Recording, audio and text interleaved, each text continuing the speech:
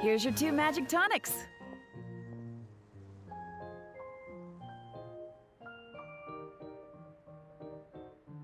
Why, thank you, young lady. And might I add that you're looking quite lovely today. Jean, come on, take a seat and let's have a drink. I ordered one for you as well. But is this really appropriate? I mean... Still worried about Klee? Relax. Albedo's with her. She'll be fine. Kaeya and Master Jean! What are you two doing here? Oh, look who it is. The Traveler and Paimon. You must be the pleasant surprise that Miss Alice told us about. Greetings to you both.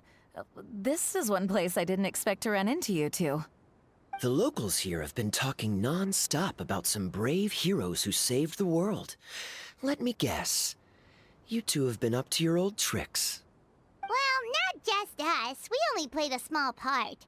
You could say we were 2 members of the Heroes Adventure Team. Still sounds mighty impressive to me. As ever, our honorary knight is making us proud wherever they roam. That's right. We received a letter of invitation from Miss Alice, proposing that we take Klee for a vacation in Fairyland when work dies down. I wasn't sure what she meant by Fairyland at first, but if my eyes are not deceiving me, she was being quite literal. Klee ran off excitedly as soon as we arrived. I'm a little worried about her, but Albedo insisted he would look after her while we do our own thing. We could hardly say no to such a considerate offer, so I took it upon myself to bring Jean to the nearest tavern we could find. Any excuse for a drink, huh? Well, we are on vacation. It's only fair that we get to indulge ourselves a little. You're right. I should make an effort to relax and unwind. It's what Miss Alice would want, after all. Oh, wait, Kaeya? What exactly did you order from the bar? The house special, of course. Best way to get a taste of the local culture.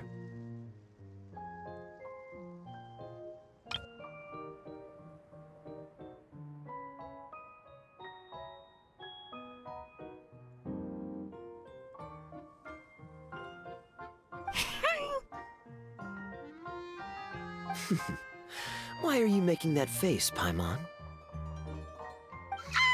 Nothing. I was just perpetually amused by your lifestyle, that's all. Go on, drink up. Something tells me I need to tread carefully here. Let's see, it's got a lovely color, but how about the taste? Ah.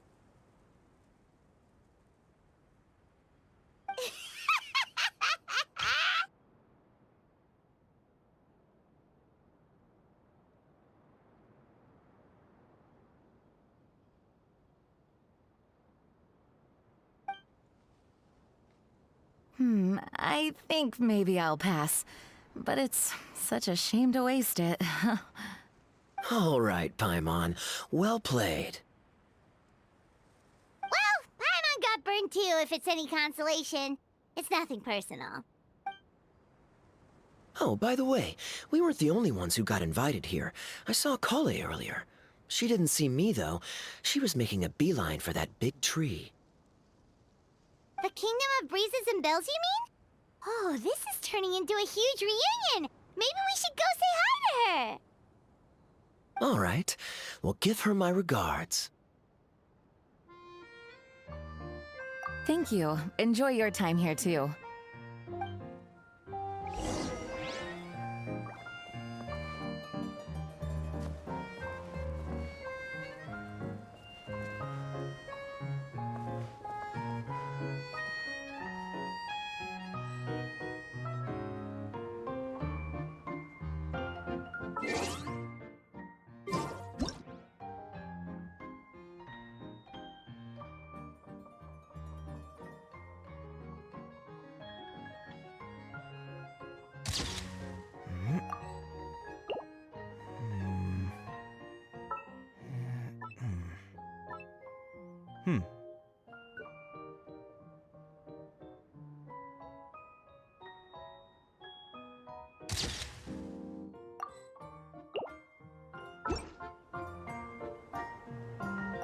So the magic tonic here is just writing ink? What a weird and wonderful world. Ah, Miss Citrus, do you happen to serve any beverages here that don't contain magic tonic? Of course we do. What flavor would you like? Sunsettia. Jean, you want in? Sure, I'll have the same, please. Sounds good. 2 Sunsettia drinks coming right up.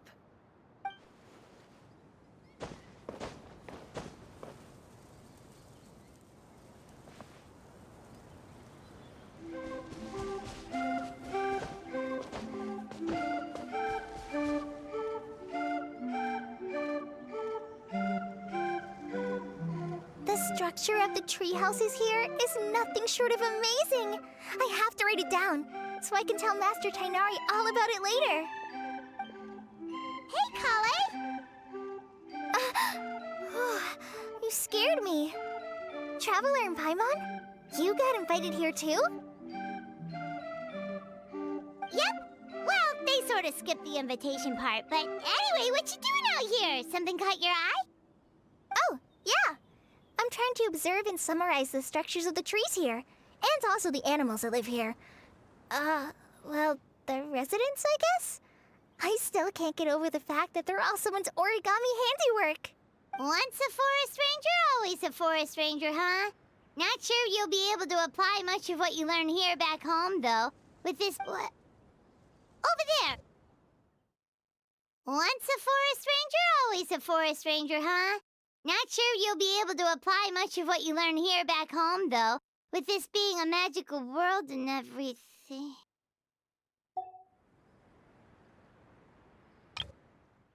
What? Over there, by the giant footprint. Have those houses always been there? Oh, those? The local flying squirrels told me that they were built by a small dragon and some guy wearing a hat. Oh, that must have been Mini Durin and Hat Guy. Any idea where they went? Supposedly, after building the houses, they went to somewhere called, Constellation Metropole? Did I say that right? Yep, you got it. Oh, also, when the locals mentioned the dragon, did they seem at all, did they say how they felt about him at all? Now that you mention it, the atmosphere changed a little when they talked about him. Oh no. They mentioned some stuff along the lines of past misunderstandings and welcoming new members. I only just got here, so I know very little about what has happened in the past. They seemed genuinely grateful for the houses, though, and said they were going to plan a welcome party. Oh, thank goodness. Whew. Sounds like the forest has begun to accept him. It's a step in the right direction. Are you looking for that small dragon? Yeah, he's a new friend we made after we arrived here. No way! Really? I'm getting more and more interested in your story. No. I've got to save it for next time. For now, I've got to make the most out of my time in this wonderful world. Oh, there's no rush. Just take it slow and enjoy yourself. Like Kaeya. Oh, he sends his regards, by the way. Oh, Mr. Kaeya is here too? Then I've got to go say hi to him. Well, right now he's at the tavern and he probably won't be leaving until he's drunk. Not that he'll ever reach that point because his alcohol tolerance is so high. Basically, it's Kaeya. You know where to find him. You make a good point, Paimon. Then I'll focus on exploring for now and go catch up with him later. Shall we go pay a visit to the Metropole Traveler? Maybe Mini, Durin, and Hat Guy are still there. Oh, right. By the way, something pretty interesting has been happening in Sumeru recently. Master Tighnari has been working really hard on it, so if you have time, definitely go and check it out. Sounds good. We'll find some time in our schedule. Of course. See you later.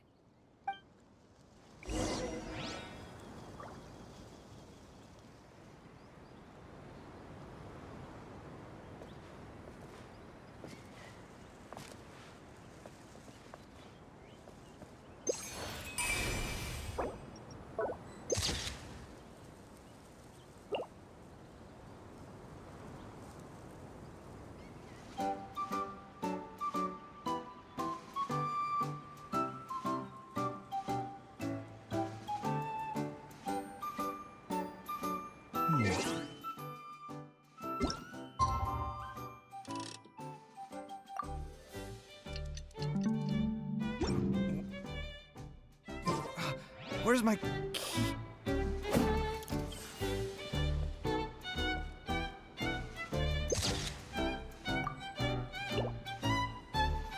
The origami squirrels rely on wind currents to lift their agile bodies and easily move between the trees. This has created a truly unique ecosystem. Oh no! I'm running out of pages on my notebook.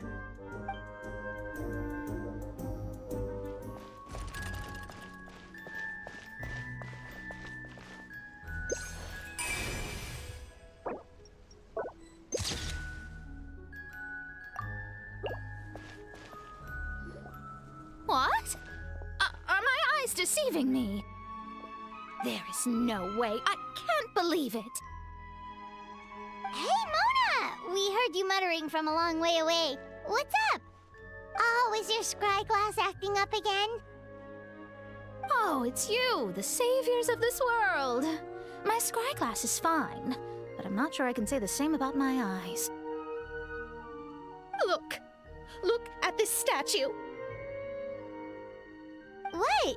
Is it broken or something?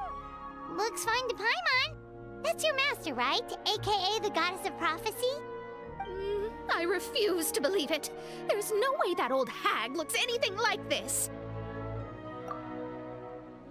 When she was younger. Oh, actually, now that you mention it, this does remind me of the fashionista phase she wrote about in her diary. She can't hear me, can she? I swear I just got chills down my spine. Either way, it's probably a little rude to talk about her right under her statue. But how do you know it's a statue of her if you never saw her as a young woman? I did a quick scry when I came into this world, and when I saw the star's reflections, I was at a loss for words. It looks like fate in Simulanka is based directly on Tevat. A projection of real-world fate to form an image of reality. Or in layman's terms, basically the creator made this world inside a mirror or a lake, and this world is the reflection. Still sounds pretty impressive. The more I scried, the more familiar everything looked. It's her work, there's no doubt about it. Even so, everything's far more complex than I'd imagined. Trying to decipher it all is giving me quite a headache. I also asked the locals about her. They call her she who has dominion over the stars and the course of fate itself. Not even a pretense of humility. Clearly, she let the role of creator goddess skip to her head. Not that I'm surprised in the least, of course. It certainly matches the tone of her diary. Anyway, we should change the topic. Oh, so Mona, have you seen a small dragon around by any chance? He's about the same size as Paimon, but with tiny little wings. Ah, you mean the one that caused all that trouble? I haven't seen him for myself, but I heard that he came to the Metropole not long ago to formally apologize for his actions. Apparently, he brought a huge stash of Toitanium and plant oil to make amends. Most people accepted his apology, although there are some who said that they'll reserve judgment until they've seen how he acts in the future. Oh, okay. Do you know where we can find him? One moment.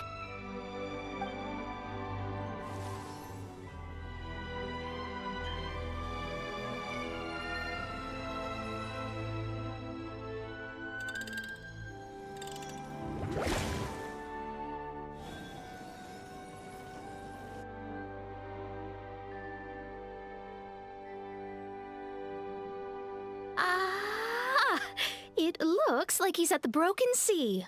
There's a big group of people with him, too. Cool! Wanna come with us? We can introduce you? I think I'll sit this one out. This might be the closest I ever get to meeting the old hag in her youth, so I think I'll spend some time seeing what else I can glean from her grand design. You guys have fun.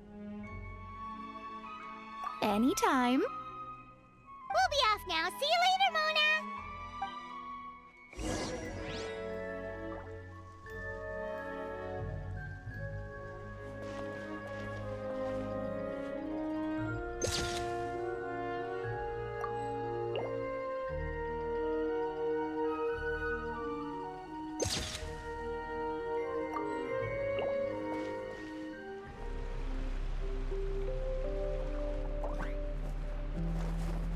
Osvaldo Hafnabines! Does thou see what I am seeing? Tell me that my all-perceiving Aug de Verurtelang deceiveth me not. Your eyes see true, mein Fräulein. Very well. Then, as sovereign ruler of the Immenachreich, I extend to you both my greetings, O Night Dragon from the land of the Thousand Stars, and his hat-wearing servant. Who did you just call a servant? What mein Fräulein means to say is, hello, it's a pleasure to meet you. Pleasure to meet you too. But Hat Guy's not my servant. He's my friend. Now you're over-explaining. Hat Guy, Mini Durin! Found you at last. Whoa, and Fischl's with you too? Oh, greetings, Outlander blessed by the Immenachreich. How honored you are to meet your prinzessin beneath the stars of another sky. Clearly a decision made by fate itself. Miss Honorary Knight, Paimon!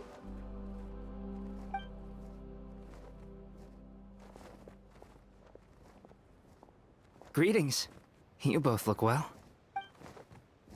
Hey there, Klee! Have you been having fun here? Yup! Loads and loads of fun! There are so many cute animals! And a magic train that was really long! And a huge, huge castle! And a king lives there and everything! I've been taking Klee to see all the sights. It's been a very enriching experience. Alice's magic is truly outstanding. Yeah, Mom's amazing! Klee wants to build a great big house now, too! So, your mom and my mom were friends? Mm-hmm. Our moms were friends, which makes you my big brother. My mom used to read your mom's stories to me all the time. They were great! Big brother? Wow. Thank you, Klee. Can I go play with Klee, Hat Guy? Suit yourself. Albedo, can I? Go on. Just don't go too far away. I'll come pick you up later. Yay! Come on, Mini Durin. Do you want to come play with us too, Fischl? Your prinzessin accepts your invitation. Rejoice! Though you may be concealed by fog, still you shall have the good fortune to witness the true might of the Aug de Verurtelang. What mein Fräulein means to say is, perhaps we can all play hide and seek together. Mein Fräulein is it. Hooray! I love hide and seek! Oh, me too.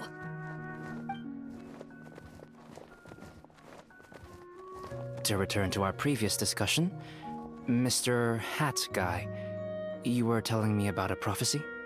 I heard B talking to M. What she said was...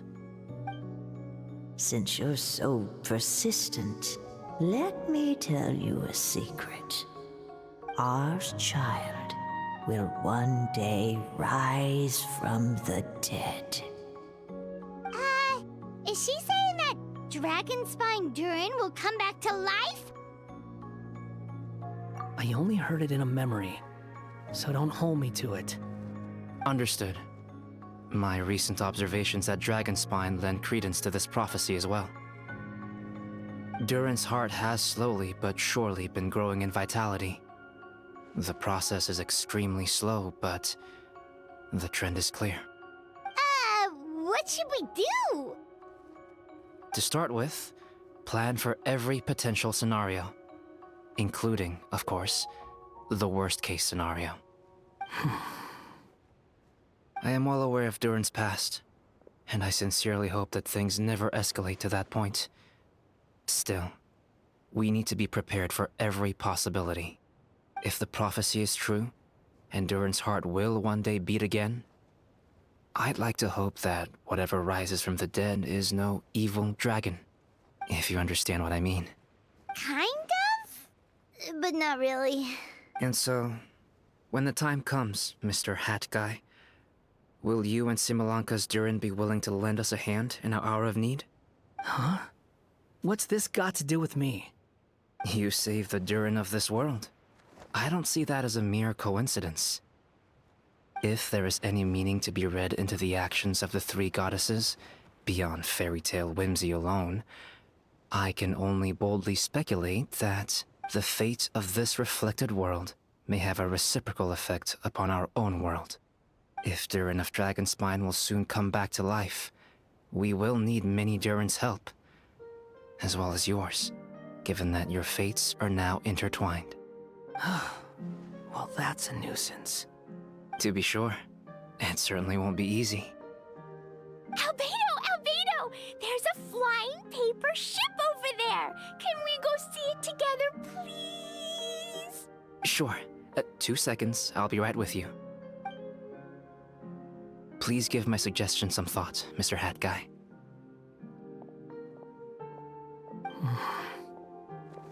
Hat Guy, I'm back! Huh? What were you guys talking about? Nothing. Huh.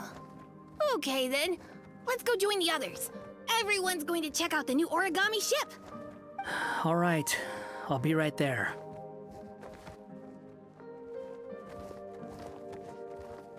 Why would I be? Do I strike you as someone who cares about other people's issues?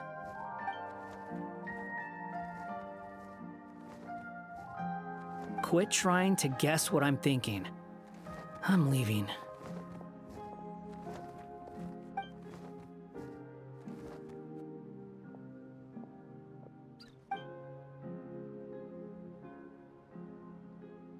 Aww, what a lovely little boat! The forest fairy helped us make it. Paimon just realized there's a lot fewer people around the Broken Sea now. Guess most of them have made their way back to the Metropole. Does this boat have a name? I can't see one anywhere. Huh? A name? Every boat has a name. At least, all the ones I've seen before. They're usually symbolic names that represent something aspirational. Let's go with the Durin. Huh? You want to name it after me? Oh, you mean to wish Mini Durin a safe voyage as he sails into a new chapter of his life beyond this world? Your princessin approves. Let this vessel bear the name of the most esteemed dragon of the night. The Durin. Let's call it that then. Thank you, Hat Guy. Also, can I ask you a favor? Go on. Remember how Mom's friend said I should be able to leave this world? Well, I want to pay a visit to your world. Just a quick trip, can we? Huh? Is that a no? Paimon thinks that's a great idea. If the people of Simulanka are allowed to go to Teyvat, then what's the problem with taking Mini Durin there for a visit? I'm assuming I'll have to be your bodyguard while we're there. I can protect myself. And I'll do what you say. I won't fly off on my own, I promise. Please, can I go? It'll be up to you to stick close.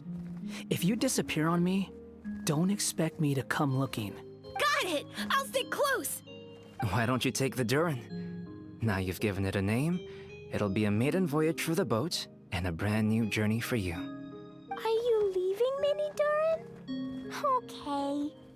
Well, make sure you come visit me in Mondstadt so we can play together again. Klee will draw you a map to show you the way.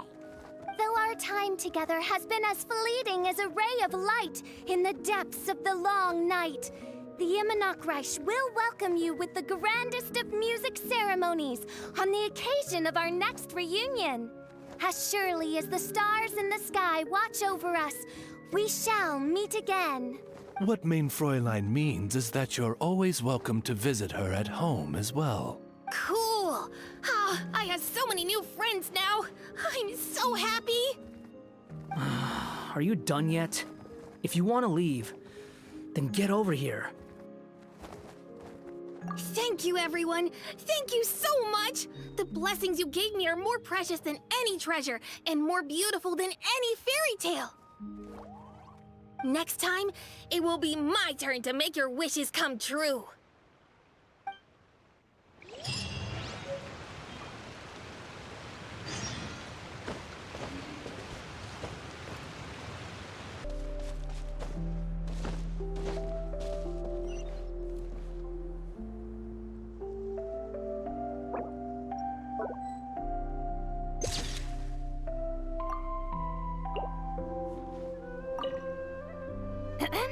Oz! Though I customarily refer to you as my familiar, in truth, I have always seen you as... Say no more, mein Fräulein. I, Osvaldo Hrafnavines, hereby pledge to always stay by your side. Quite rightly so. The Prinzessin should expect no less from her most favored Nachtraben. I couldn't agree more, mein Fräulein.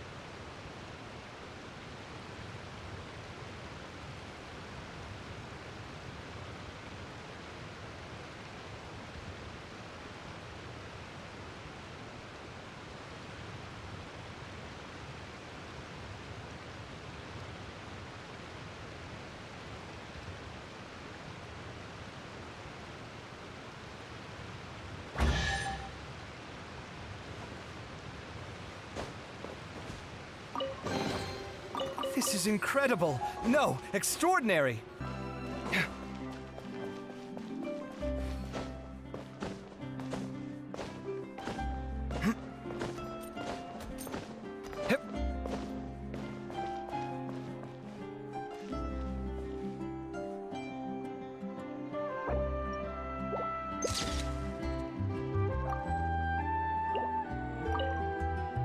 And that's the way the cookie crumbled.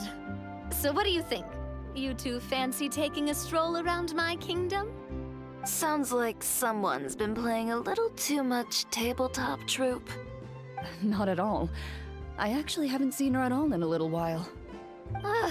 I'm telling you, it's real. Just come with me and you'll see it for yourself. So, you were the king, huh? Somehow, that part doesn't sound so far-fetched.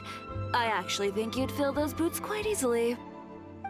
Thanks for the vote of confidence. Well, if we're going to be traveling with a king, we'll need proper titles as well, right? I guess I can be the royal tailor. Okay.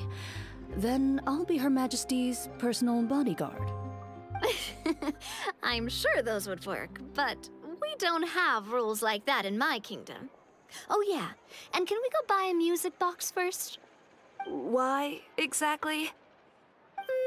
Let's just say I've developed a new appreciation for them after my recent adventures. Just imagine it. One night, while I'm asleep, one of the small dancing figures in the music box suddenly steps off its track and starts moving on its own. Wouldn't that be amazing? Though this may be a normal occurrence in your fairy tale world, Your Majesty, I must implore you to inform me immediately should any such incidents transpire in the real world.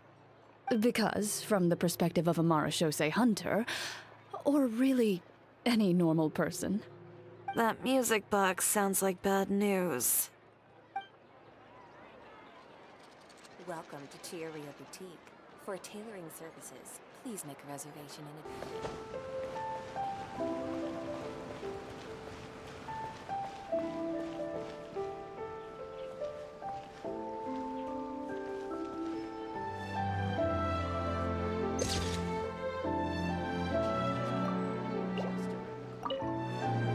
Hey there! It's good to see you again. Pretty amazing, right? I never thought I'd be able to keep this outfit in the real world. I really like the texture too. It feels so nice against my skin. Still, not the best thing to wear when I'm out on a delivery. Something about running around carrying a parcel when I'm dressed like this seems to make everyone suspicious. Especially the guards, the Millilith, and so on. They always stop me and interrogate me on the spot. Guess I'll just have to switch back to my old outfit when I'm on the job. Oh, it was fantastic! A magical world full of things I'd never seen before. Great scenery, really friendly people. Oh, and I also took a trip back to the Forest of Blessings after we parted ways. Grandpa Almond introduced me to everyone in the forest and reassured them that I wouldn't scratch anything. I made sure to fully retract my claws while I was there. I didn't want to find out how they'd react to seeing them. With this adventure under my belt, I can turn the tables on my grandma. It's my turn to tell her some stories. After peace returned to Simulanka, a lot of people started saying they wanted to pay a visit to the world beyond. But they're a little worried about whether it's safe or not. If any of them do visit to that, I'd love to be their guide. I could even use my delivery box to take them around. If anyone understands the joy of seeing new things, it's me. After peace returned to Simulanka, a lot of people started. If any of them do visit to that, I'd love to. Sure thing! It's always a pleasure adventuring with you guys. I had so much fun.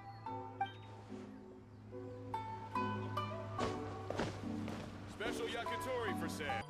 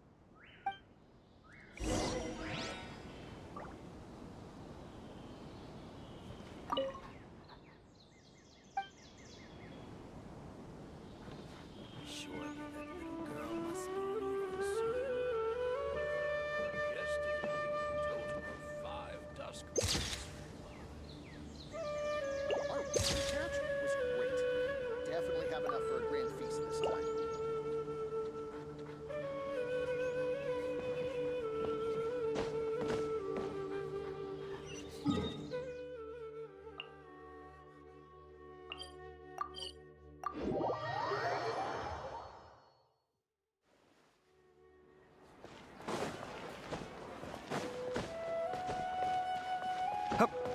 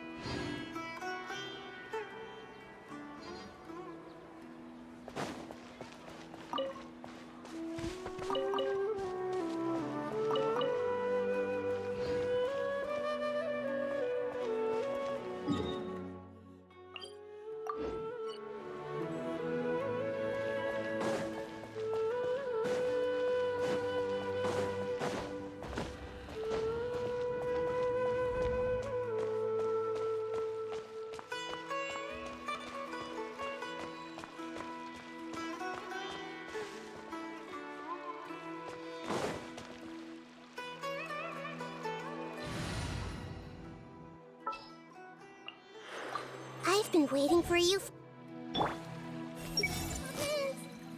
So annoying.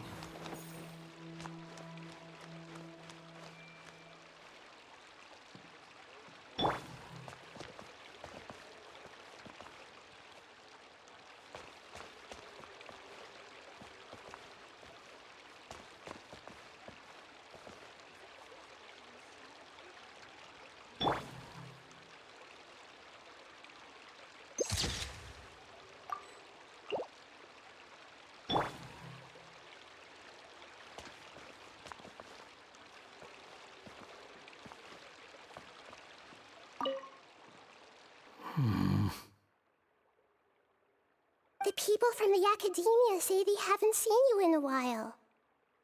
Yeah, well, maybe I needed some space after being cooped up in there for so long. Anyway, it's a school, not a prison. So what's the problem? I never said it was a problem. I was just noticing that you seem to be in quite a good mood at the moment. Who's this, hat guy? Shut up. Not another word. You need a new friend. I've told you already. Stop trying to read my mind. I didn't need to. It's written all over your face.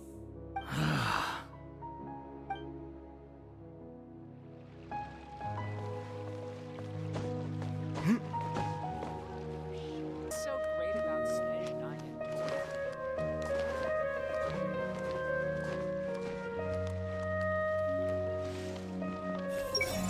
I think I'll go perform a dance on stage later. Everyone hold hands! I think I'll go perform a dance on stage later.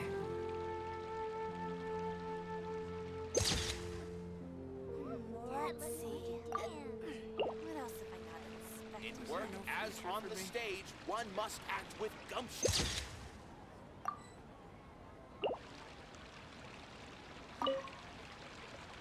Wow, what a gorgeous lotus stage. Fit for the forest fairy herself, after all. A wonderful sight indeed. But, Madam Fairy, I believe the dog over there has been staring at us for quite a while. Ah, that's Swuff. Don't worry, he's a good dog.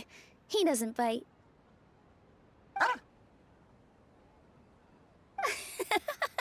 That's a good boy. I haven't seen you in ages, Swuff. No eating the frogs and hamsters here, okay? No eating! Ah! What a well-behaved doggy. You see, Stream? I told you, didn't I? The outside world isn't nearly as dangerous as we feared. You were right. But with that said, Grandpa Almond, why are you hiding behind me?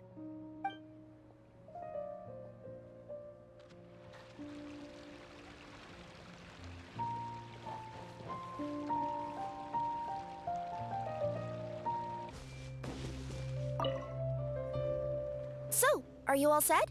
Ready to start investigating? Great! Then let's go! I've delivered packages all over, but I've never seen a mysterious fairy tale world like this before.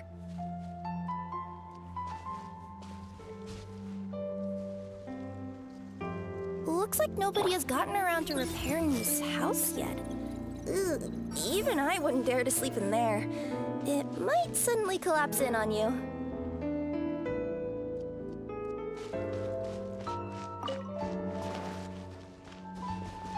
Nothing to see here either. Maybe we can find someone to ask? Aha! Over there! I bet we'll find some people there. Let's go take a look.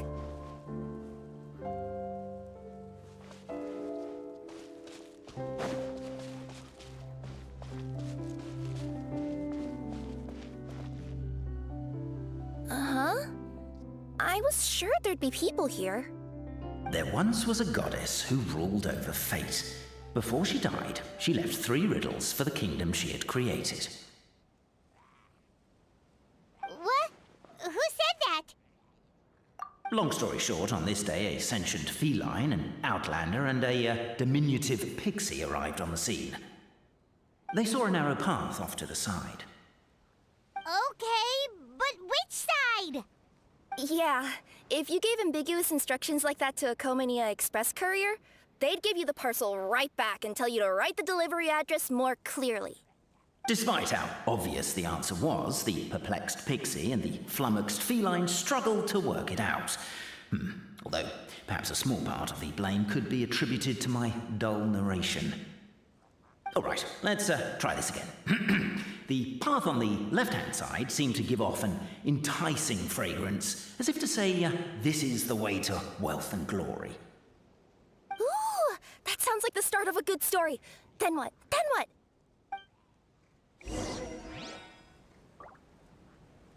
At the end of the path, the motley crew would soon spot a secret stone room. A prophecy had once foretold of a Marquis who shall one day venture inside, and thus it is named the Future Marquis's Abode to Be. You like it? The Future Marquis's Abode to Be? Got a nice ring to it, doesn't it? That was a little bit boastful. But before you continue, I must warn you of the danger that lies ahead. For example, under no circumstances should you sit on the chair in the center. Otherwise, the consequences could be a bit embarrassing.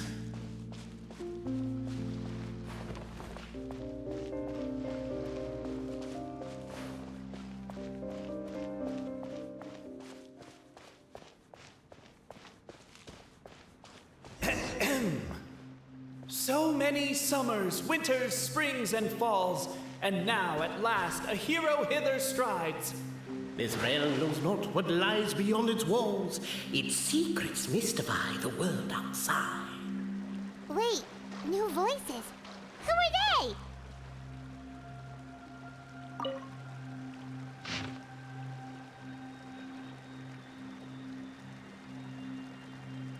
As golden sunlight fills the firmament, the tabletop engrosses your attent. Perchance peruse these pages think. Captivated by the epic poetry and enthralled by the outstanding storytelling, the Outlanders knew what their next objective was. Why isn't she reading the files on the desk? Hey, Bobarano, maybe quit showing off and try using words she'll actually understand? I can either rhyme like a bard, or I can curse like a sailor. And right now, Kaeya, you are seriously tempting me towards the latter. Namely, to remove the clockwork key from the raised platform up ahead. Kaeya, I just realized you said we all had to speak like bards, but every time you open up your mouth, I don't hear any rhymes. Perhaps the Outlanders are worried that something drastic will happen the moment they remove it. Maybe that's why they're investigating the area thoroughly first. Can't fault them for that. I'm wondering if we can take advantage of this downtime to discuss whether we really need to keep this up. Oh, if you guys don't want to put on a voice and speak in verse, be my guest. Just don't blame. With wood and earthenware strewn all around, the demon feline's fury can't be quelled, reducing them to rubble on the ground. No, you don't. I wrote that line. Don't start plagiarizing me just because you can't take a bit of criticism. Look, let's not put form over content here. It's not about the rhymes. It's about making sure the Outlanders focus on the clockwork key on that platform. I told you already, stop calling me demon feline! Yeah, I noticed that too. It's one standard for us and another for you. That's not fair, Kaeya.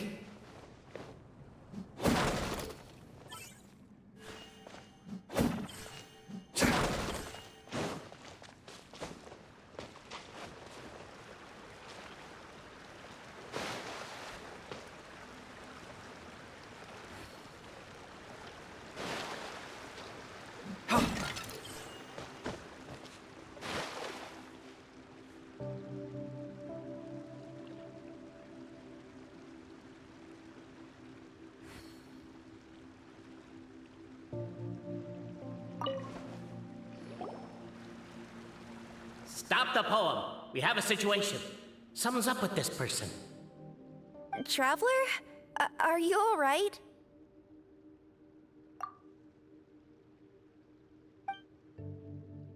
Come on, you can do it! This can't be how our story ends.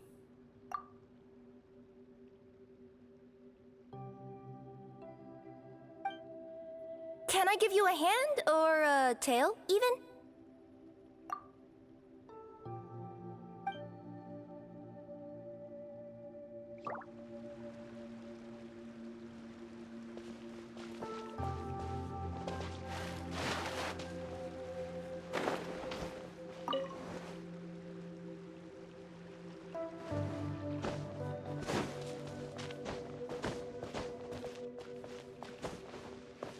Strong as stone, firm as steel, the Outlander pulls, but it does not yield. This has happened many times before, but this time is different. A thought. The attack now over. Only one final step remains. Now it is the time to seize the key. Yes! Finally! Come on, move your butts and your legs, assuming they're still in working order. It's showtime! No hard feelings about your lack of poetic contributions? Oh, let it go!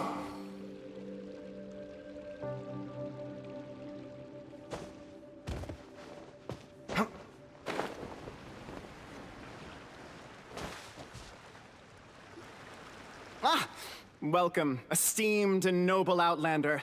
Allow us to introduce ourselves. We represent the 3 great clans of this realm, having been selected as its authorized historical supervisors. Our purpose being to await the arrival of one such as yourselves who shall remove the clockwork key.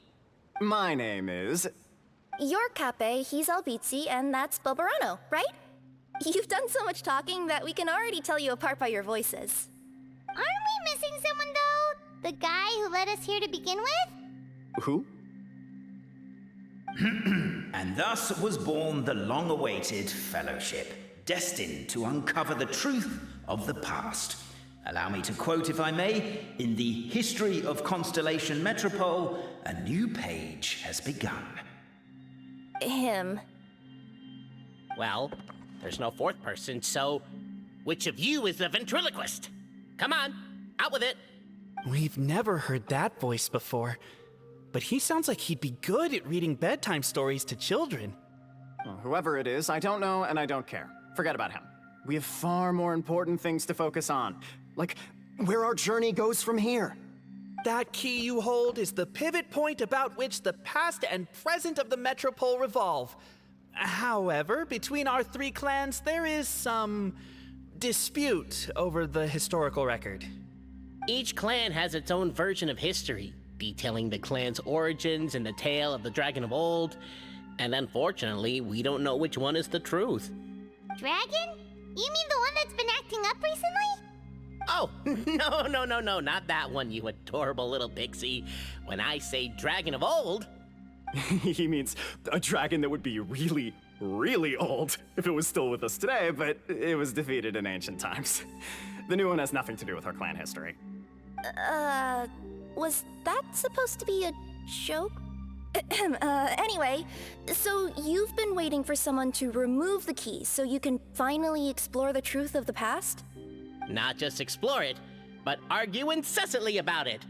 Honestly, I don't care that much. Kape's the one who's always bothering us about it. What we need to figure out is who resolved the dragon crisis. We have to know that before we can decide which is the supreme clan. The moment you removed the key from where it was lodged, you became the honorary Marquis. We humbly beseech you, noble Outlander. Noble Traveler Marquis, we ask you to help us. You and your talking Puss in Boots and the pale floating pixie. Puss in Boots? Are you serious? It's better than demon feline, but still. Embrace it, my friend, embrace it. Most cats don't wear boots or speak, do they? I'm not even a cat, I'm a Nekomata. Now that you know the word, I expect you to use it. Please allow me to lead you all to a sacred memorial site. It will be much easier to explain what needs to be done once we are there.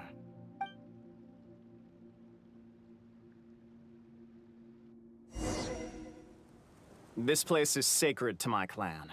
It's where our brave forefathers once took up arms against the dragon of old.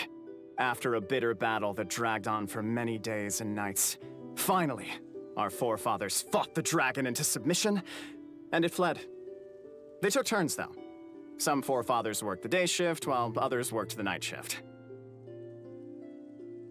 So they say. It's just a legend, though. Wait a second? Did I just hear you admit that your clan's history is just a legend?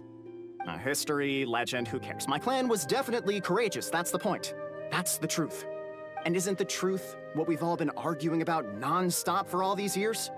Kappei's words gave the traveler food for thought.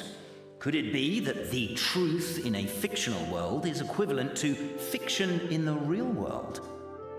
But that would have to wait. Apparently, Kappei was not alone in his pilgrimage to this sacred site. Unwanted company had arrived. The traveler and the talking cat, Nekomata, decided to teach them some manners.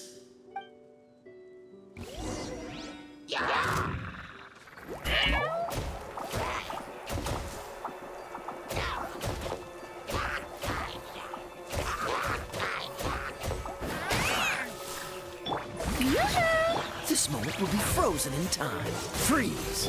Wow. A true display of heroism and valor. It was as if the spirits of my ancestors were fighting through you. Your martial prowess and show of courage are a more vivid reenactment of my ancestors' feats that suit the modern aesthetic. Now, let's get down to business. As we all know, time is but an illusion. Time may flow line by line, page by page, or frame by frame, but usually it flows in the form of springs and gears. And that clockwork key you have in your hand can turn back time and make the past reappear. Well, actually, my view is that the illusion of time is more of a problem of consciousness. Gears power the body, while the body is the vessel of the conscious mind. But the mind cannot understand the dimension of time, so we experience instead an endless continuum of moments as the pinion of now turns along the rack of ages. I'm getting flashbacks to when I was delivering packages to the Sumeru Academia. A teacher once asked Albedo what his greatest fear was, and he replied, dragons. Boberano was asked the same question. He replied, time, and repeated the argument we just heard. The teacher then turned to Kappei and posed the same question. He replied, Boberano. The manuscript that tells the truth of the historical record, the blueprint to all of creation, the work of the great mage themselves. It can be found at the beginning of the gear rack, and on the very first page of the book.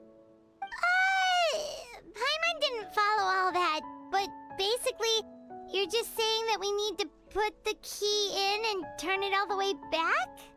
Exactly. It is said that in the beginning, the goddess of creation took the goddess of fate's manuscript as a blueprint, placed it under the goddess of prophecy's starry realm, and generated the world from a few magic arrays. So in a few moments, when the great clockwork key turns the local time here back to the very beginning, we will restore the magic arrays back to their original configurations. Hold on, isn't stealing part of the blueprint of creation a little dangerous? Also, how are we supposed to know the original configurations of the magic arrays? Well, the general shapes of the configurations have been passed down over the ages. They now form the family crests of each of our clans. So you'll just need to reference my family crest and join the dots accordingly.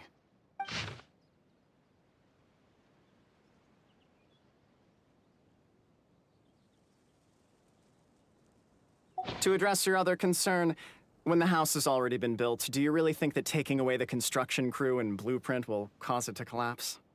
The Traveler Marquis prepares to insert the great clockwork key into the nearby keyhole.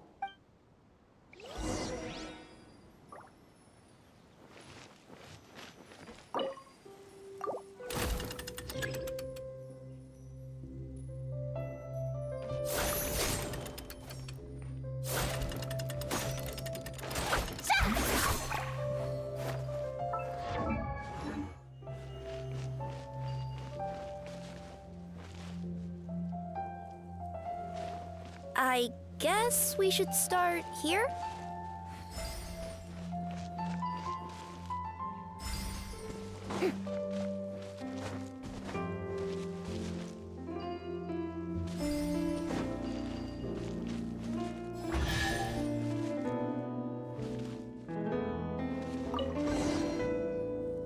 Behold, the sacred writings that record the truth of...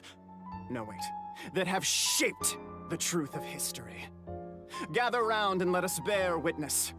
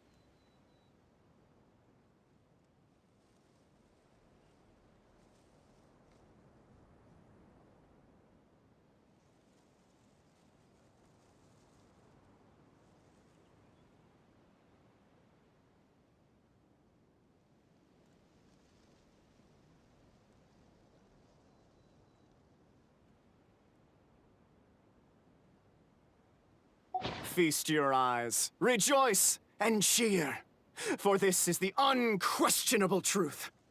Look at the signature. Nobody is capable of forging that. I don't believe it. So, all along, our histories have been false? Don't lose heart, Albedo.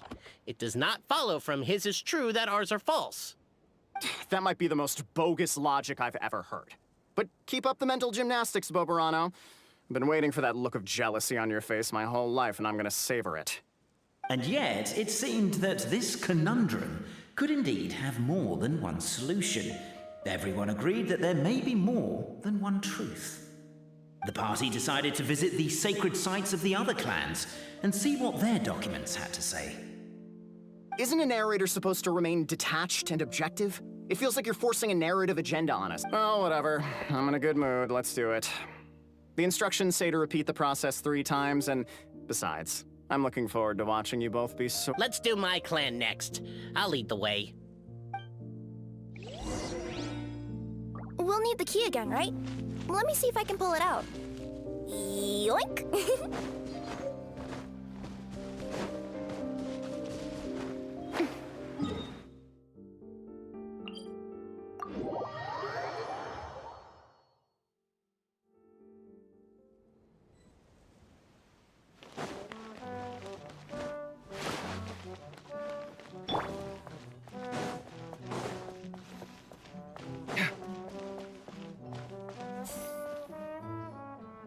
The party finds no pedestal in which to place the great clockwork key, only a locked door.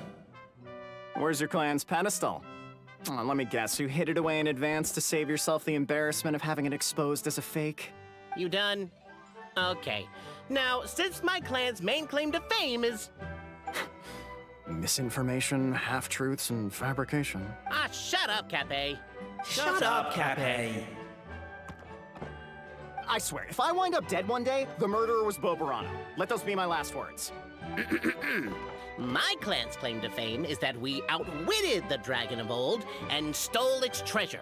Ergo, all articles of value that we own, including the pedestal for the clockwork key, lie behind that door. So, next step is open the door? Almost. There's one step before that. The door is protected by a smart interrogation system.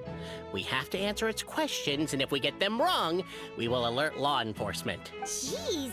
Well, do you at least know the answers? The correction fluid of time has dyed white the pages of the Book of Wisdom. No, I don't know the answers. But worry not. I had a quick word with the constabulary in advance. They'll ignore the alarm if we get the questions wrong, so answer without fear.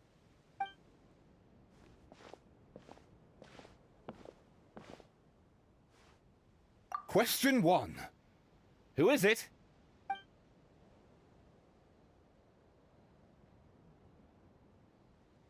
the great yokai, Nekomata in boots.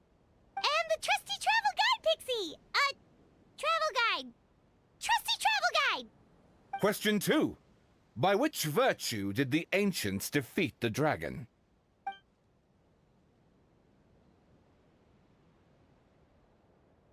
If this is the right answer, I swear I'll... Correct! A barefaced lie. So low. Question 3. Which is more real? The fiction of the outside world, or the truth of this world?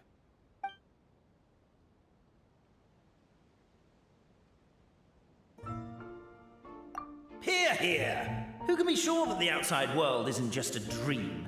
And that when the dreamer wakes up, they won't just find themselves inside a novel? There is no way to know, therefore both are equally real. All correct.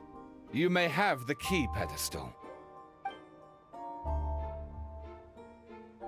Traveler Marquis, you know what must be done. Please insert the great clockwork key. Oh, and this is my family crest.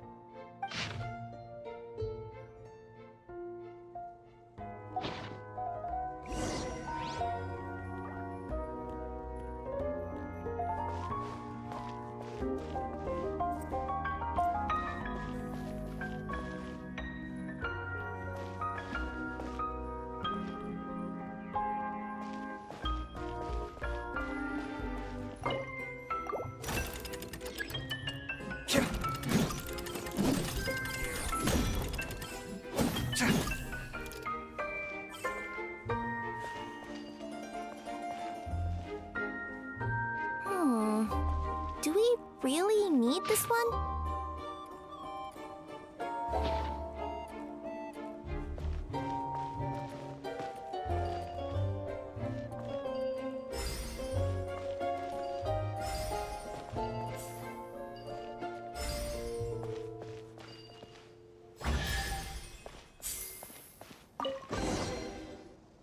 Now, let me see what elaborate fiction the Clan of Wisdom was able to conjure up. If anyone's listening, I would like to submit these as my last words. I surrender. I'm the one who murdered Cape.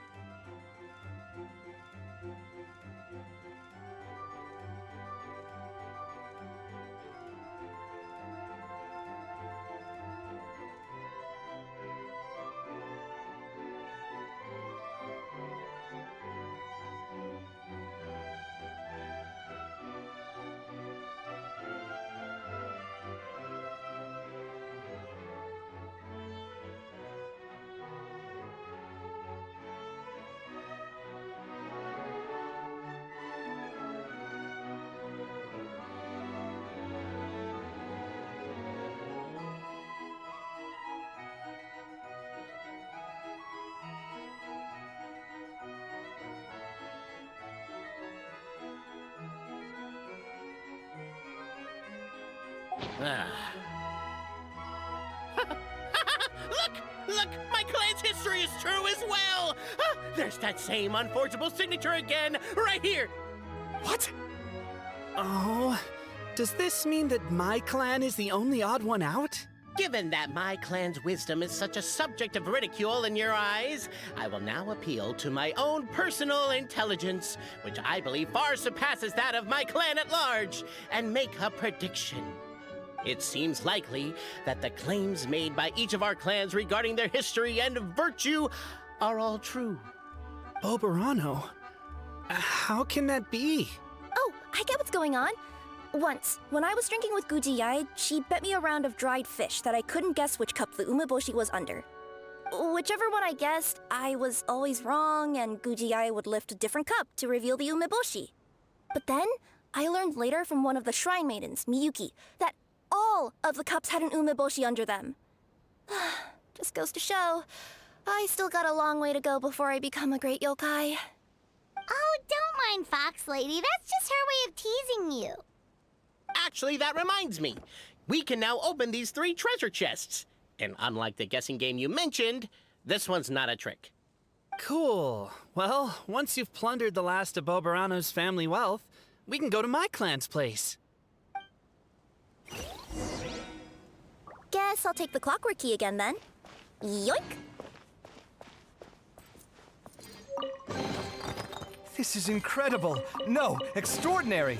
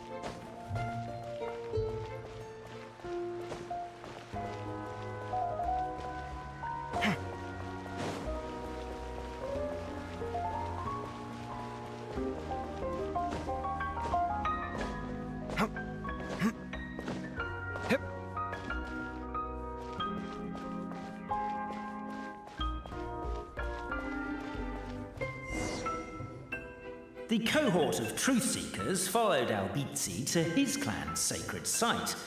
They arrived to the site of a giant guard towering over them. Up ahead is my clan's gigantified guard. He can be a little pig-headed, and he's incredibly strong. Your weapons won't even scratch him. Wait, but wasn't Kappei's clan the one that's all about strength? So, what do you guys believe in then? Oh, the guard is one of Kappei's people. Size is a coveted trait in the clan of strength, after all. Mine is the clan of empathy, and our key contribution is growth serum. What's empathetic about that? Our ancestors believed that, just maybe, the dragon of old didn't mean us any harm at all. Perhaps the dragon simply didn't notice us, since we are so very tiny. So, they drank the growth serum and grew even larger than the dragon. Then, they set the dragon down, calmly explained their perspective, and eventually taught it how to empathize.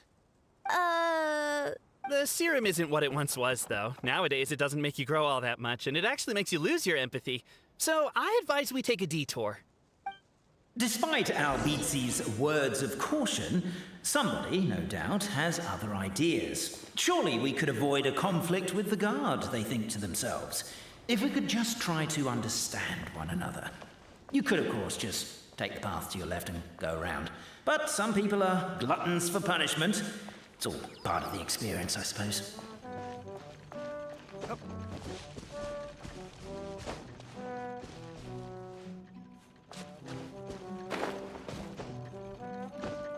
Why is my own clan treating me like a villain? You've been away too long. We all have. Feels like we've been waiting forever.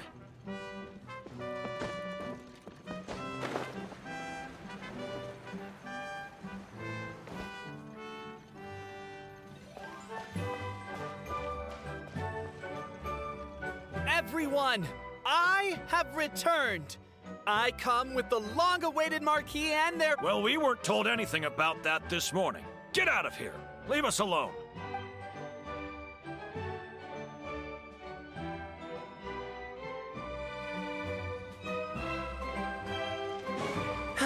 You and Albizzi only wanted to strike up a conversation with the guard. But since greeting you wasn't one of the items included... Why is my own clan treating me like a villain? You've been away too long. We all have. Feels like we've been waiting forever. We should be getting close. Why is this place so full of junk? Are you the kind of people who never throw away the box when you buy something because you're worried you won't be able to return it without the original packaging? We'll never find the Oracle Pillars in all this mess. Never mind that. We have a more pressing issue. It seems there's a slight problem with my clan's family crest. The Marquis may need to utilize their wisdom to solve the issue.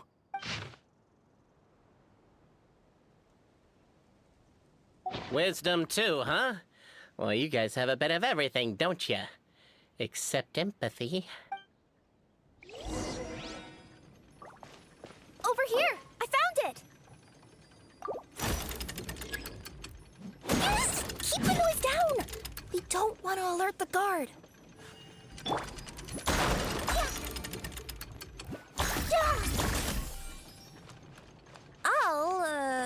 I'll go keep watch.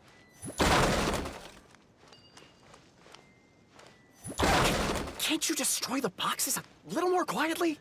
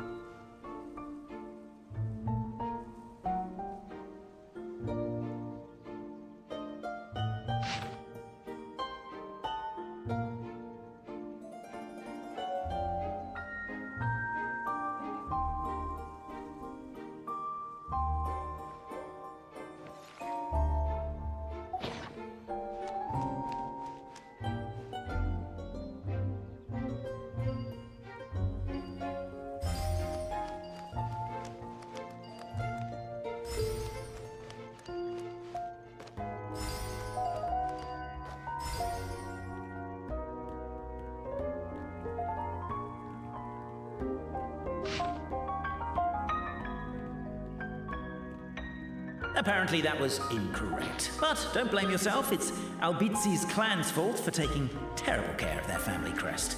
How could they let something so important get so dirty?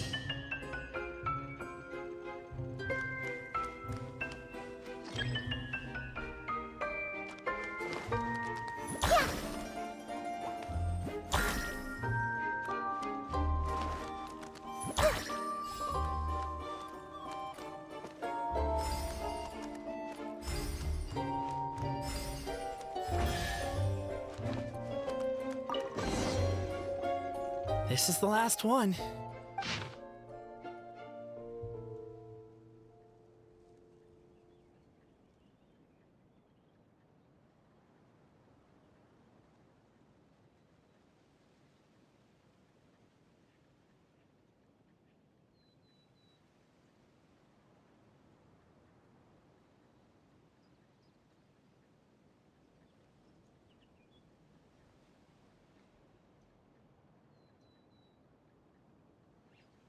The signature. So it's true. Empathy is one of the founding virtues of Constellation Metropole, too. Just as we suspected, all three are the truth. Okay. Well, this is a lot to process. I feel a little empty inside. Yes, we found the truth, but there's too much truth. I get you. It's like in Inazuma, when there were only 6 books in the Mirage Warrior series. But by the time book number 88 came out, nobody wanted to read it. They'd all lost interest. A brief moment of joy is drowned out by a growing feeling of melancholy. But perhaps there is a glimmer of hope to be found too? Anyone? Anyone? All right, I'll say it. How is it the case that these three versions of history can all be true at once? That's exactly what Paimon was wondering, but Boborano kind of already explained it away earlier, so Paimon was worried she'd look stupid for asking the question. It's not a stupid question at all, my dear little pixie. While I did postulate that different truths may coexist, there is an issue when it comes to these three truths in particular. The problem is, all three truths are the history of the exact same thing, namely the dragon and the Metropole's origins. Yet all three bear the signature, showing that they're genuine.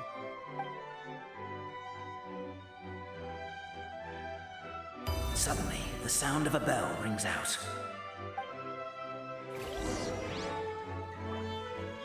The bell! It rang once! What does that mean again? Ah, yes! Highest level of emergency! Everyone, to the main entrance! Stat!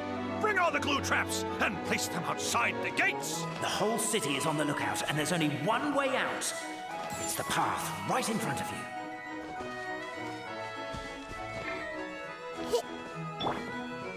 Why'd they ring the bell anyway? Also, why is one ring the highest level of emergency? Obviously because you have to respond fast when it's an emergency. It'd be a bit too late if they waited till the 99th ring.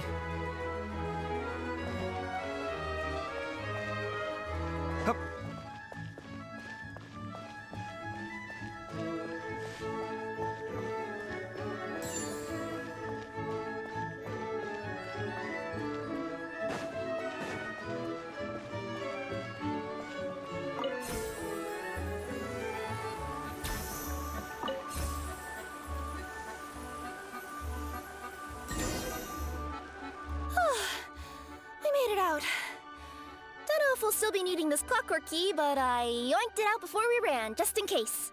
Okay, but back to the truth problem. There are three conflicting versions of the truth, and somehow they're all still true. What is that supposed to mean? I don't know. I doubt anyone here in Simulanka could make sense of it. All we do know is that any manuscript bearing her signature has to be valid. Well, she is the goddess of fate, the creator of all this. And all these manuscripts are her grand design. The reason we argued about who was right was that we didn't know enough about the truth of the past. But now we have the truth. So we just have to accept it. As surely as we will follow the clockwork path designed for us, so is this the course that history has taken. It is clear and incontrovertible. We will never argue again. Thank you all. Is that all there is to it? Is this where the decision made at the first crossroads of destiny has led us to? A pointlessly happy ending? Overthinking it would be equally pointless. Well, that's enough for one day. Time to take a break. Could you be any more cryptic? You're planning something. Paimon knows it. Whatever happens, today was a breakthrough in my journey of discovery. I will go back and share it with my clan. Me too. And me. Let's leave it there for today then. I'm sure we'll find out what else Mr. Narrator has planned for us tomorrow.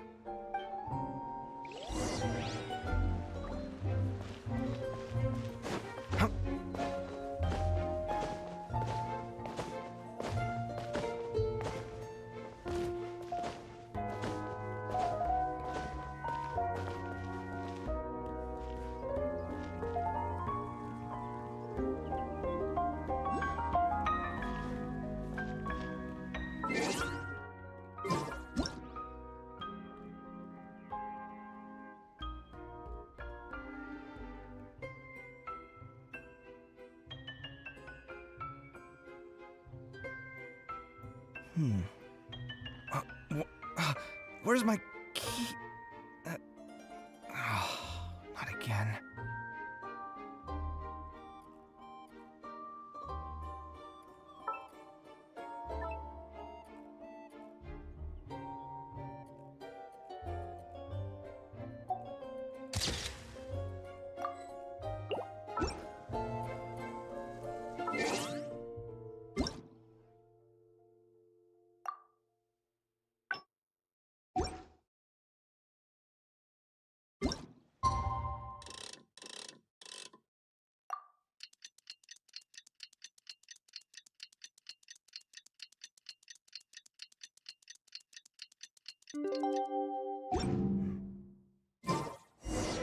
What a beautiful day, thought the traveller, before she was overcome by a creeping sense of foreboding.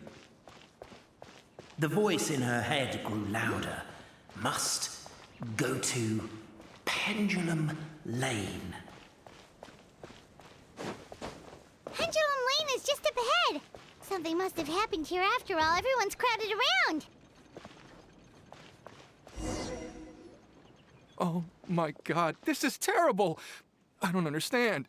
The three great clans of Constellation Metropole have finally made peace with each other. Who could have done this? What happened? Oh no, someone's lying on the ground. Cape! How did this happen? Cape, you idiot! Wake up! You need to revise your last words or everyone's gonna start suspecting me! Last words? What did he say? If I wind up dead one day, the murderer was Boberano. Ugh, you could have at least pretended to not remember it. I'm sorry, Boberano, but this is an interrogation. I have to give the detective straight answers. Don't worry, Boberano. I don't consider you a suspect, nor do I have the authority to charge anyone with a crime. So, are you the last people to have had contact with him? My sincere condolences. You were travel companions, right? It's a real tragedy. I'm afraid he'll be out cold for another hour and a half, at least. Huh? Yeah, I know. It's despicable. Hitting someone in the back of the head is the second worst act of cruelty there is. The first being replacing their gear oil with extra strong glue. So, Cape's not dead? His gears, metal frame and shell are all still in excellent condition.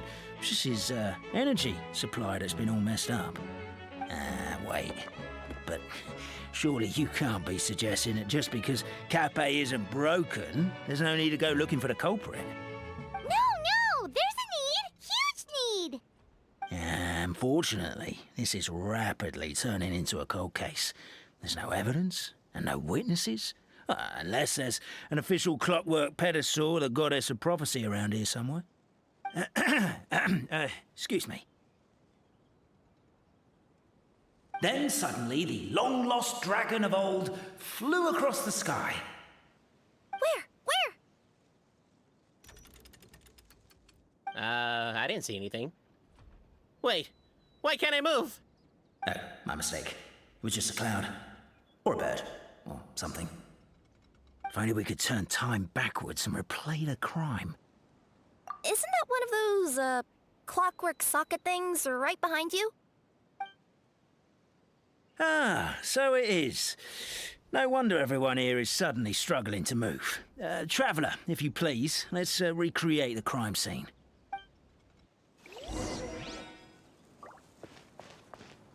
The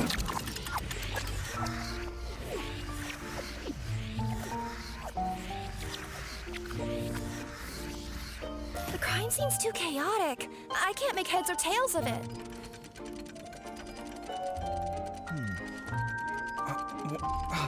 Where's my key?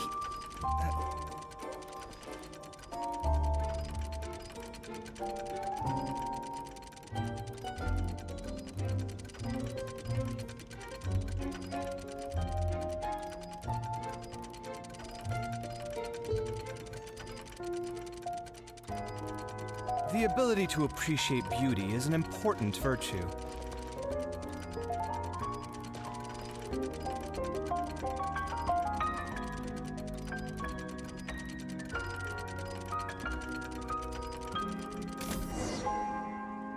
Well, that clears it up. Cape was walking along the street, and he suddenly collapsed. He was faking it. What? So case closed? Aren't you supposed to investigate a little more first? Well, we literally replayed the crime scene and saw it with our own eyes. There's no need for any evidence gathering or powers of deduction now. And besides, maybe the truth is inherently strange by nature. Like how Constellation Metropole has 3 histories, each of which is the truth. But didn't you say Cape was struck in the back of the head and knocked unconscious? For all I know, he could have bashed his head against a toilet bowl before leaving the house, then walked here in a daze before finally passing out. As for why he might have done that, my guess is... With the Supreme Clan question left unanswered and the tension in Constellation Metropole suddenly wiped away, he was looking to create a new source of conflict. Only then would the city feel alive again. Do we really think he's capable of that, though? Sounds like a pretty complicated conspiracy for the average Simulanka resident. Traveler, something about the crime scene isn't sitting right with me. It just seems unnatural. Also, anything outside of the immediate area won't have appeared in the replay. Is it possible that something was missing from the scene? Why don't we search the area? Wait, what are you doing? Oh, we're gonna head to Catbay's house to check the toilet bowl for signs of an impact.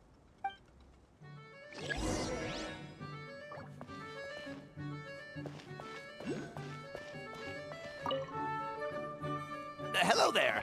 Have you seen my spear by any chance? Someone was shouting about a dragon a minute ago, and I instinctively threw it into the sky. Yeah.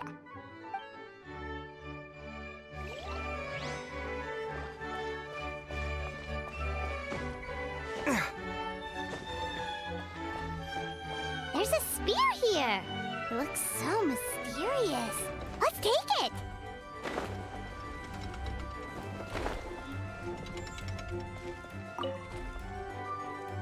You're not from these parts, are you? Just visiting? Yep, that's right. Why? What's up?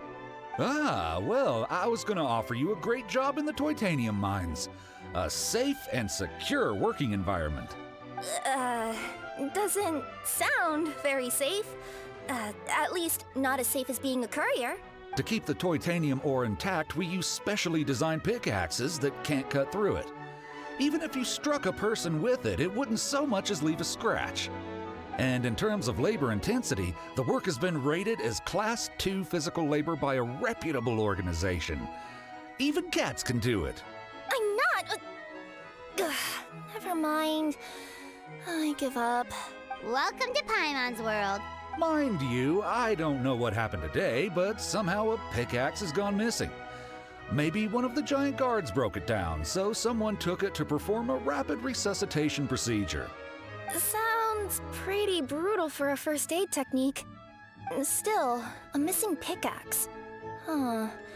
Is it just me, Traveler, or does it seem kinda suspicious?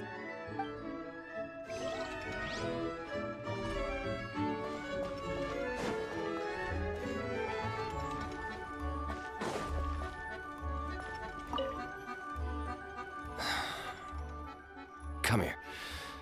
Whatever it is you were looking to buy, please do come back tomorrow. It's just, I have to close early today. A bottle of growth serum has gone missing. If someone's stolen it with the intention of harming others, the consequences could be disastrous. There's a whole investigation into it, so I gotta close the shop while I do an inventory count. If it turns out I'm wrong and I miscounted, I could be charged with filing a false report and disturbing the peace.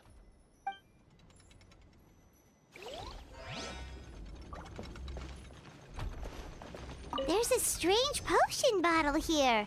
Looks so weird. Let's take it.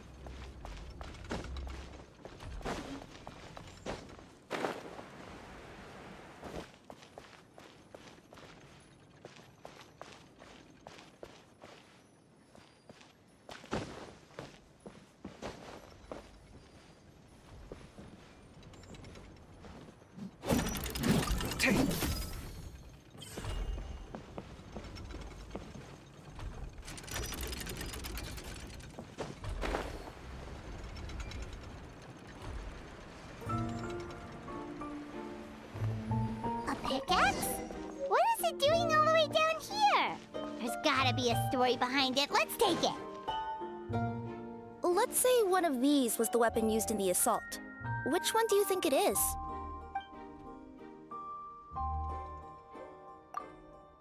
If so, there's no way his head would still be in such good shape.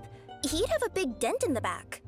And if the guard is to be believed, He had the spear in his possession right up until that guy shouted about the dragon.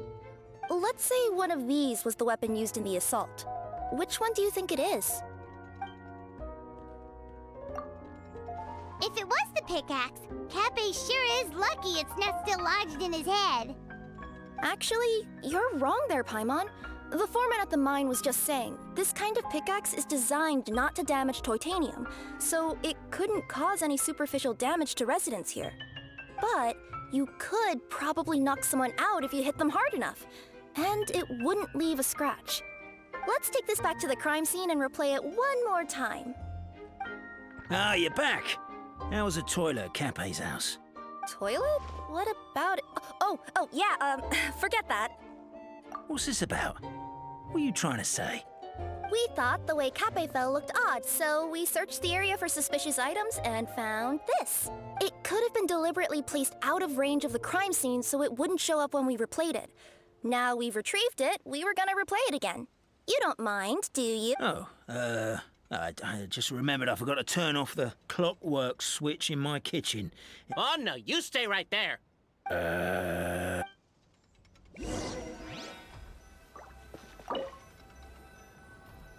We should be good now.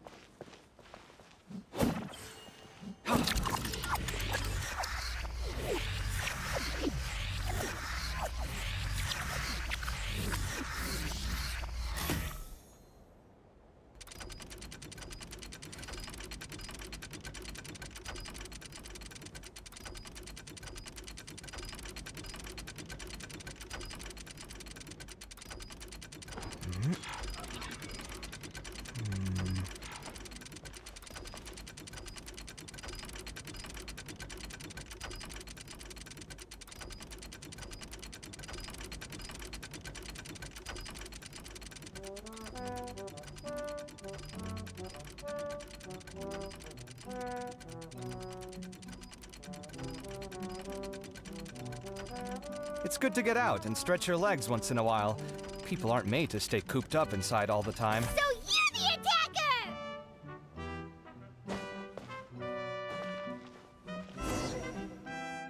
So, it was you!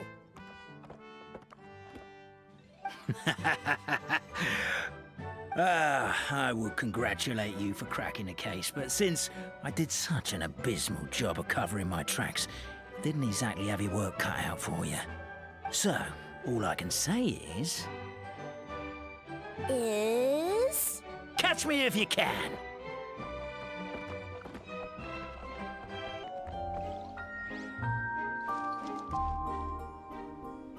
We have a runner!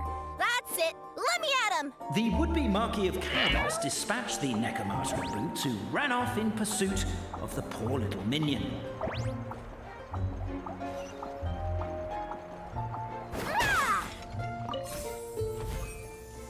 The minion's poor little lower back was protesting painfully against the intense physical activity. He decided to take the elevator, giving him a moment to catch his breath. Really? His lower back asked. But the minion had no other choice. He resolved to make the jump down. By this point, the Necromancer in boots was gasping for air. The minion was huffing and puffing even more loudly. But we'll ignore that. I'm not! Don't underestimate the gold-level courier of the Komania Express!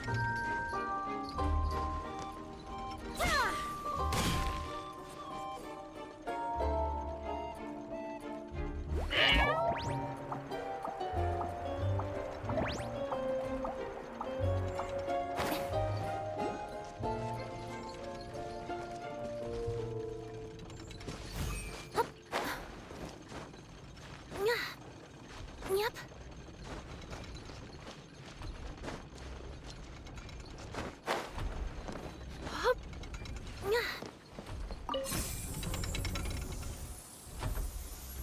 A characteristically catty response from the Necromancer. Tell me, what do you hope to gain from bullying me? I get to let off some steam!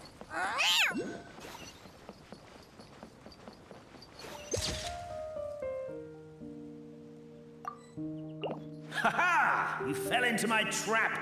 Oh, and by the way, remember the glue you got stuck on when you first entered the future Marquis's abode to be? That was also me. I did it using my powers. Rats! Oh, I'm so jealous of you guys right now. You can just jump out of your shoes and keep running, but Wait, I'm where... The unnamed minion made a last-ditch escape attempt. He began his long climb, up the wall, the tall wall.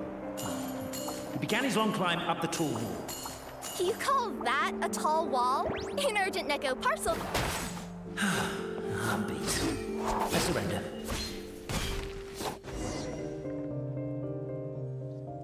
You've got nowhere left to run. All right. I confess. That was fast. Getting caught by you here was a backup plan. I don't know if what I've done will make things better or not. Time to come clean. I am the narrator, the one who's been guiding you all this time. You're overdoing it a little bit there. Anyway, I only did what I did because... Why are you suddenly spilling the beans? I poured my heart and soul into all this. I was worried you wouldn't ask. The truth is, I was one of the first conscious beings ever made by the goddess of creation. And I've known for a long time that this whole world is just a fairy tale written by the goddess of fate. I know they say that fairy tales are just made up for kids to read, but I refuse to believe that fairy tales are just fictional stories and nothing more. The reason why Constellation Metropole has 3 origin stories is that the goddess of fate wrote 3 drafts and couldn't decide which one she liked best. Then her cat trod all over them, and they all got crumpled together, so the 3 worlds just sort of folded into one. The goddess of fate was torn between them anyway, since she couldn't decide which ending was best for the dragon or the kids. So when she saw what the cat had done, she simply decided to go with all 3. Who'd have thought? Well, what does any of this have to do with what you did? You're not a fictional character, so you couldn't hope to understand my sorrow. Honestly, I don't think there's anyone in all of Simulanka who would understand. Every day that I experience, every interaction I have with another person, is it really all just a work of fiction? The only reason the 3 great clans wanted to find out the truth was for the pointless task of electing the supreme clan. I thought that once they'd learned the truth, it might make them curious enough to investigate further.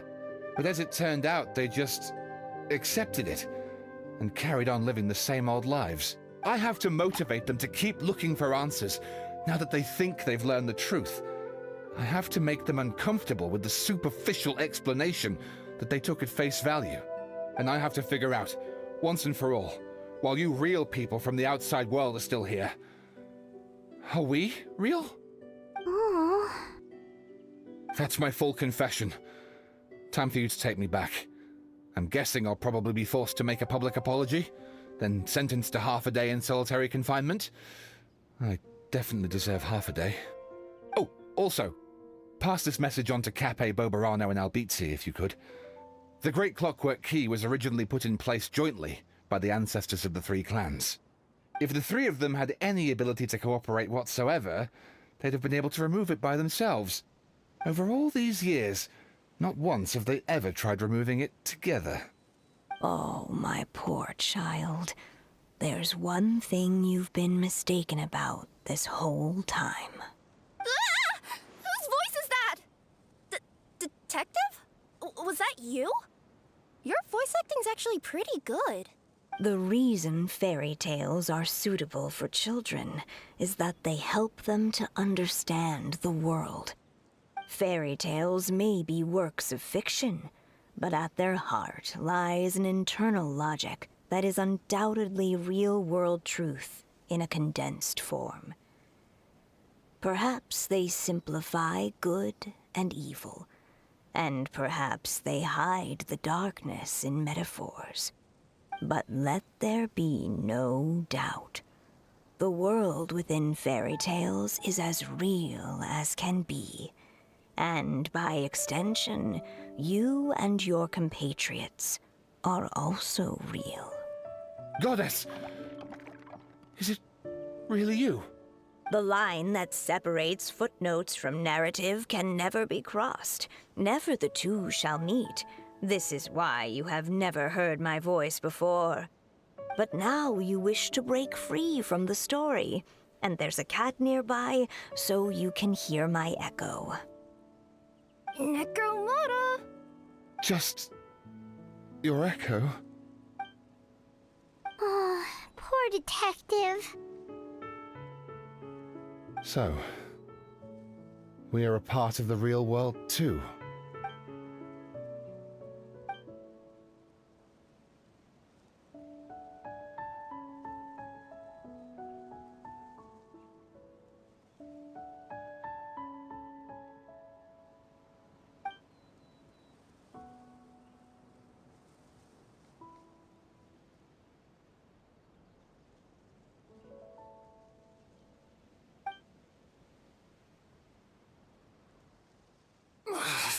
My head's spinning.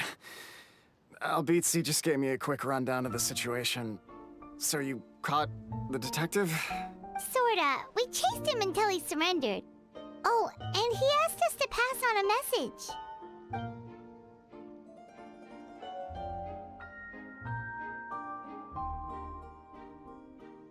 Does he really think we didn't try that? 'Cause we did, after 6 months in that place. Ah, that was my bad. I thought it was a stupid idea at the time, so I didn't really exert myself. I also sort of stopped trying after 3 years. Never mind. I'm partly to blame as well. On the second attempt, I just hugged the key and pretended like I was pulling as hard as I could. You guys are so lazy. My granny's neighbor's pet cat has nothing on you, and it spends all day, every day sunbathing. Anyway, you said you heard the voice of the goddess of fate at the end? That's amazing. There is a world beyond our own after all. What would you guys say to taking a trip to the outside world sometime? Otherwise, I got bashed in the back of the head for nothing. Depends. Do either of you know how to get there? But yes, I agree we should go. And not invite the detective, just to annoy him. But maybe the reason we've never worried about whether we're real or not is that, unlike him, we weren't there to witness the creation of this world. We've never had any reason to doubt that we're real. If someone ever convinced me that these delightful dimwits, Kaeya and Albedo, weren't real, oh, I'd be devastated.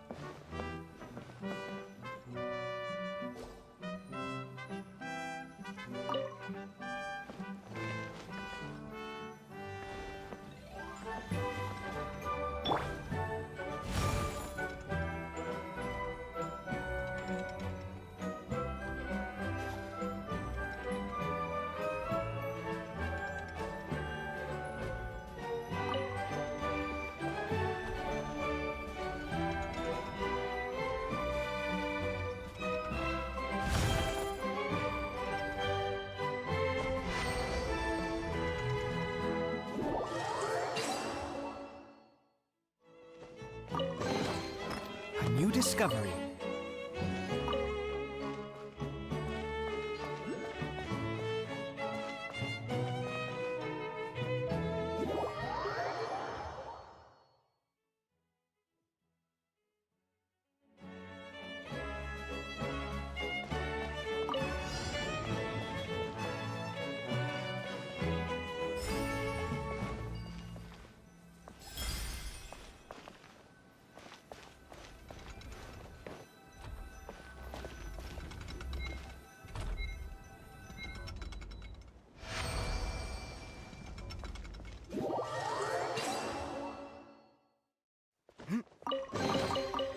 new discovery.